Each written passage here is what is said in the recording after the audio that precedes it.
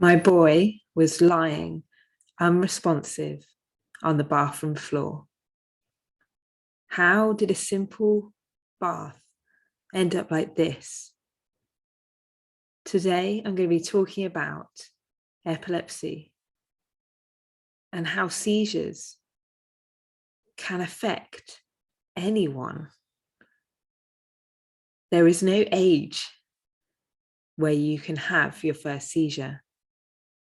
It could be from 0 to 99, 100. There are so many causes of epilepsy. And Saturday, the 26th of March, is Purple Day. So I'm sharing some facts and busting some myths and reaching out to those who maybe have had their life interrupted by seizures and the overlying, the hanging over of when it's going to happen again. So it was July 2020. We were having a bath with both of my children. And then I saw that my son was kind of hunched up, looking really rigid. I went like this. He wasn't responding. Nothing. I took him out of the bath with my 1-year-old. It's still in there, trying to get him to talk to me. But his eyes, there was nothing. I was panicking. I thought he was dead. And since that moment, since that first seizure, everything has been different. Being on that constant state of high alert, just wondering when the next one will come. As a parent of a child with epilepsy, you want to be able to stop the seizures. You want to be able to do anything you can to help them, to support them, to care for them, to make them, we all want to stop our children feeling scared or hurt. We want to wrap them up in our arms and protect them from anything. But the fact is, I can't stop the seizures. For 20 months, we've been trying different medication with a variety of side effects. And the fact is, right now, about 40% of people who have epilepsy live with uncontrolled seizures.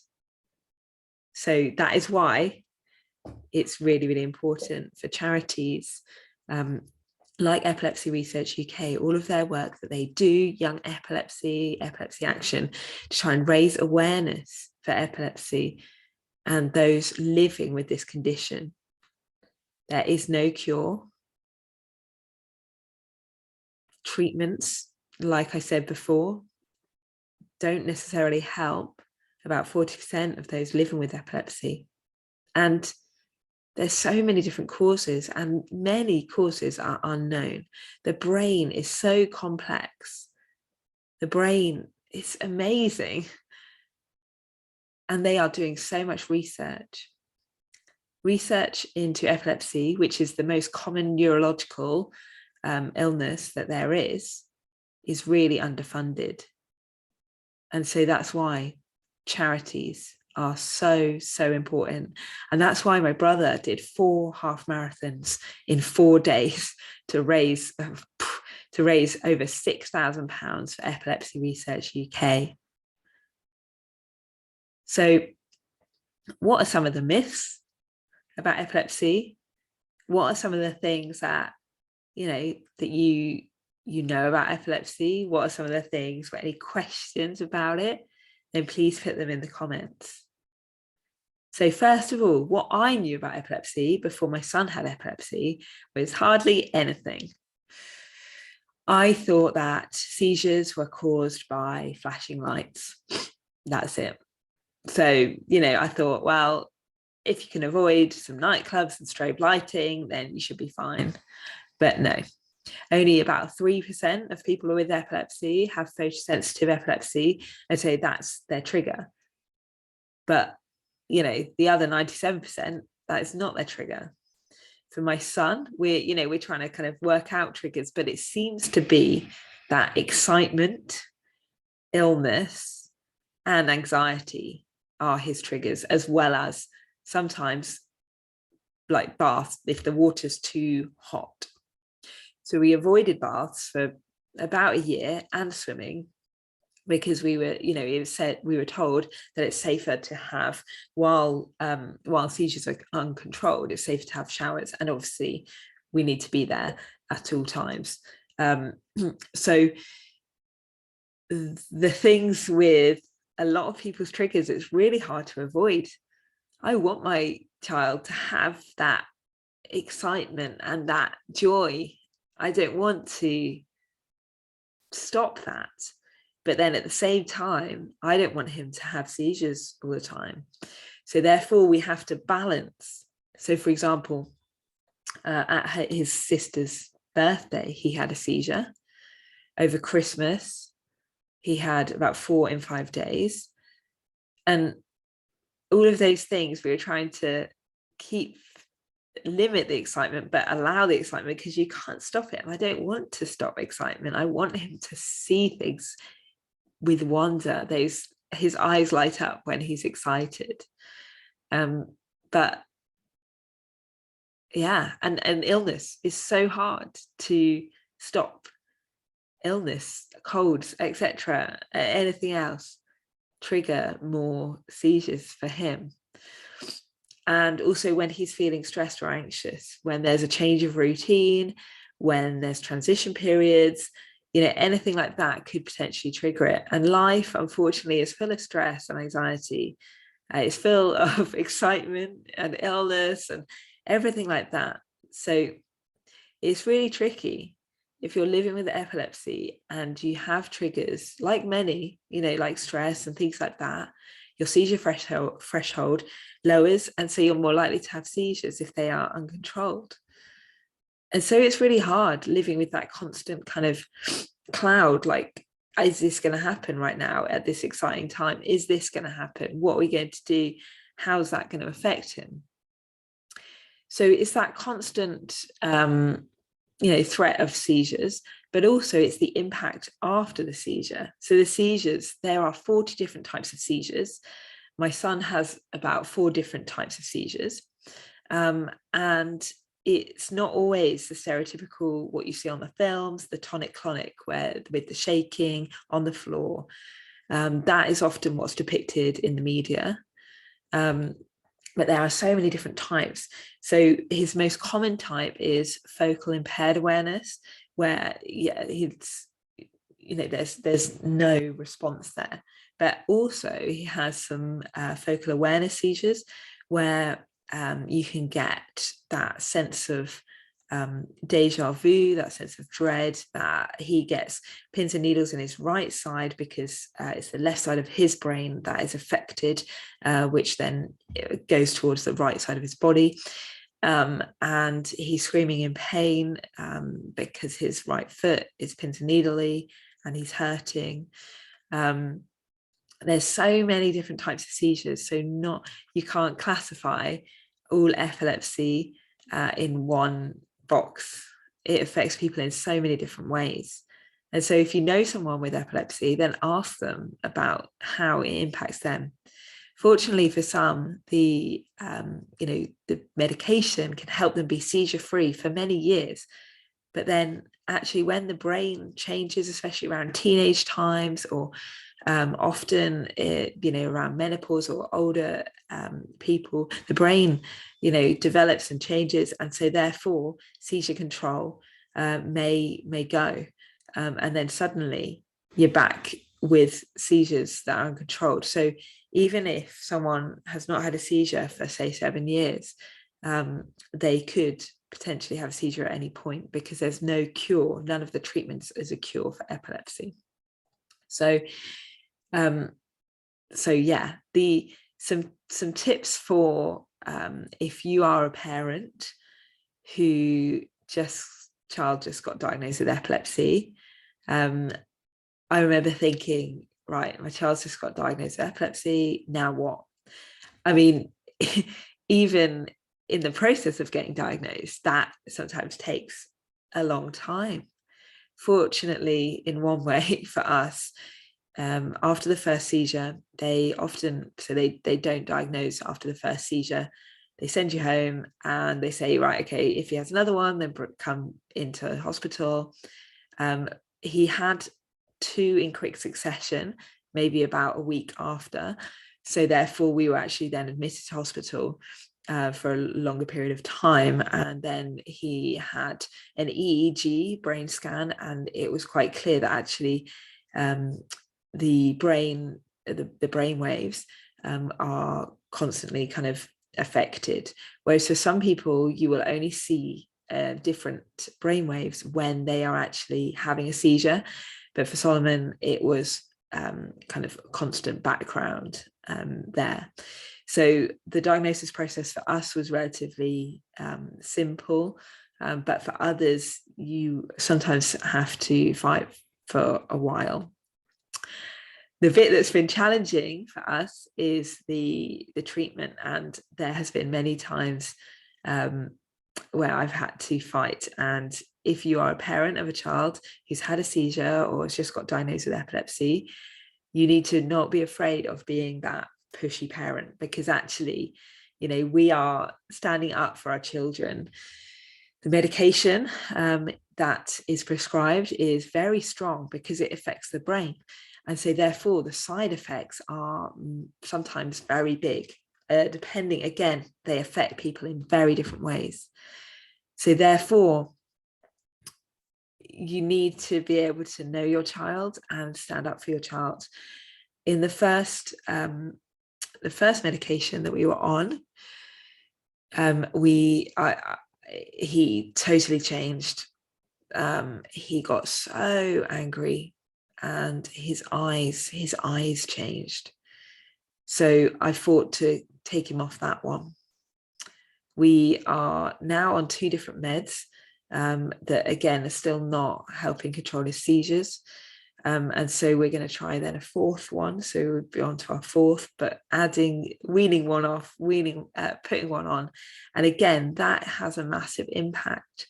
Epilepsy is not just about seizures. The impact is massive on mental health, especially the medication plus the seizures. So for example, for about a week and a half after my son has a seizure, a focal impaired awareness one, he will, his mood is affected. So he has temporal lobe epilepsy. And so therefore that is quite a renowned one for impacting your mental health and the emotions. And so therefore, for about a week and a half after, you notice a massive difference. After some seizures, he has cognitive regression, and that was noticed by school. And his handwriting went backwards, his phonics, his reading regressed. And that is so frustrating, having that cognitive impact on people's memories and things like that. Really, really frustrating.